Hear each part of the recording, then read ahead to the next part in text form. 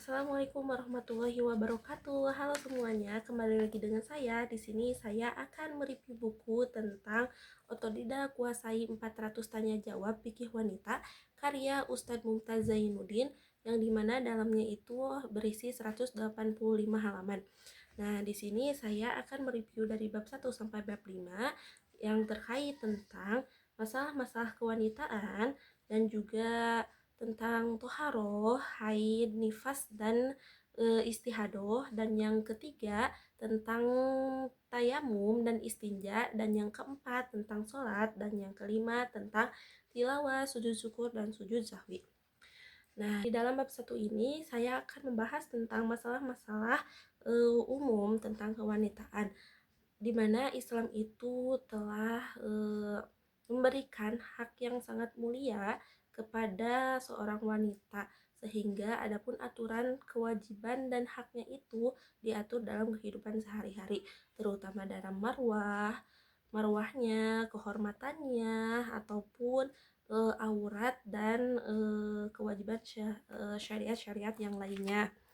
Nah, di sini juga kenapa sih banyak sekali yang bilang bahwa wanita itu merupakan orang yang paling banyak masuk neraka, karena seorang wanita harus menjaga aurat ataupun marwahnya dari segi bicaranya, dari segi matanya, ataupun aurat dari kepala sampai ujung kaki.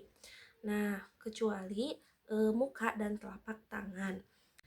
Nah, yang kedua yaitu terkait tentang toharoh, haid, nifas, dan juga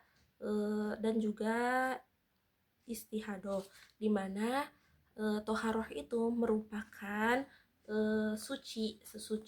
Kita itu dalam Islam harus suci dari najis ataupun dari apapun itu, terutama dalam sholat kita harus berwudu terlebih dahulu. Nah, wudu itu merupakan toharoh atau merupakan suci kita untuk melaksanakan ibadah sholat.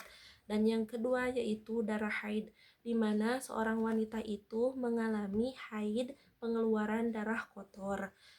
Nah, yang ketiga yaitu nifas. Nifas itu merupakan orang yang sudah melahirkan sehingga ada kotoran-kotoran dari rahimnya untuk dikeluarkan. Dan yang terakhir yaitu istihadoh, di mana itu merupakan penyakit wanita di dalam haid. Nah, sedangkan yang ketiga yaitu tayamum dan istinja, di mana tayamum itu merupakan kalau misalnya kita tidak ada air kalau misalnya kita tidak ada air di rumah untuk membersihkan diri ataupun berwudu, mengganti wudu, itu menggunakan tayamum. Sedangkan istinja yaitu kita membersihkan untuk buang air besar atau buang air kecil. Nah, sehingga Islam itu mementingkan bahwa kebersihan sebelum ibadah itu harus benar-benar bersih dan suci. Nah, sedangkan yang keempat yaitu tentang sholat. Sholat itu merupakan rukun Islam yang kedua, di mana hal ini kita harus mengetahui syarat sah sholat, rukun sholat, fardu sholat, dan sebagainya. Kita itu umat manusia harus melakukan sholat 5 waktu dalam seharinya. Nah, sedangkan di bab 5 yaitu tentang tilawah, sujud syukur, dan sujud sahwi, di mana sujud tilawah itu merupakan apabila kita mendengar atau membaca surat sajadah di dalam bacaan Al-Quran, maka kita harus melakukan sujud tilawah. Sedangkan sujud syukur yaitu sujud yang dimana kita mendapatkan kebahagiaan atau syukur kepada Allah Subhanahu wa Ta'ala bahwa kita udah diberikan keberuntungan ataupun lain sebagainya.